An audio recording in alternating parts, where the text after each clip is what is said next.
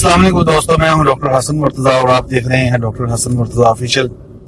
जो एक्सीडेंट के दौरान चोट लग जाती है, जो वुंड लग जाता है, जो जख्म आ जाता है और ओपन वुंड होता है, वो ऑपरेशन भी हो जाता है जिसको हम खराश कहते हैं। वो टक भी लग सकता है और इस तरह की दूसरी चोटें भी हो सकती हैं जिसको हमें बार बार साफ करना होता है और उसके ऊपर ड्रेसिंग करनी होती है। इस पे हम बात करेंगे, चलते हैं अपने वीडियो की तरफ।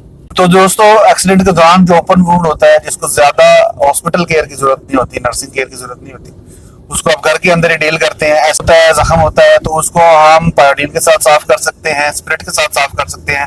अगर इन दोनों में से कोई चीज फौरी तौर पे अवेलेबल नहीं है तो उसको हम साफ पानी के साथ साफ कर सकते हैं। जो पानी हम पीते हैं, मिनरल वाटर जिसको हम कहते हैं, उसके साथ हम साफ कर सकते हैं। और ये जो पानी साफ होता है ये भी माइल्ड एंटीसेप्टिक होता है, एंटीसेप्टिक के तौर पे एक्ट करता है, कम से कम जरासीमों को दूर करता है। अब जब हम वुंड को एक दफा या जख्म को एक दफा साफ कर लेते हैं तो हम उसके ऊपर बार बार पायोडीन लगाते हैं, स्प्रिट लगाते हैं और बाजू का ऐसे ही उसके ऊपर ड्रेसिंग कर देते हैं। क्या ये सही है? स्प्रिट के साथ हम बार बार वुंड साफ नहीं कर सकते। उसकी वजह यह है कि स्प्रिट जख्म को ड्राई कर देता है, जख्म की इलास्टिसिटी खत्म कर देता है, जिसकी वजह से जख्म अगर जॉइंट पे है तो वो दर्द करता है, पेन करता है, वो इनकन्वीनियंस होती है उसकी वजह से।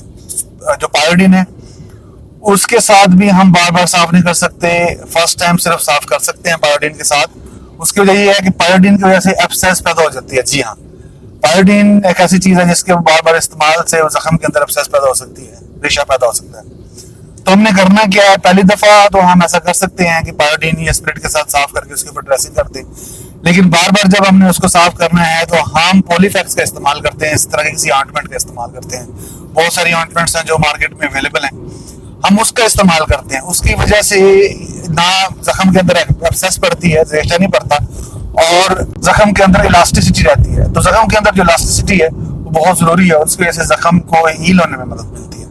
ऑइंटमेंट इस्तेमाल करते हैं, वो जख्म को नरम रखती है, जिसकी वजह से भी जख्म को हील होने में मदद मिलती है। उम्मीद है ये वीडियो आपके लिए मुफीद रही होगी।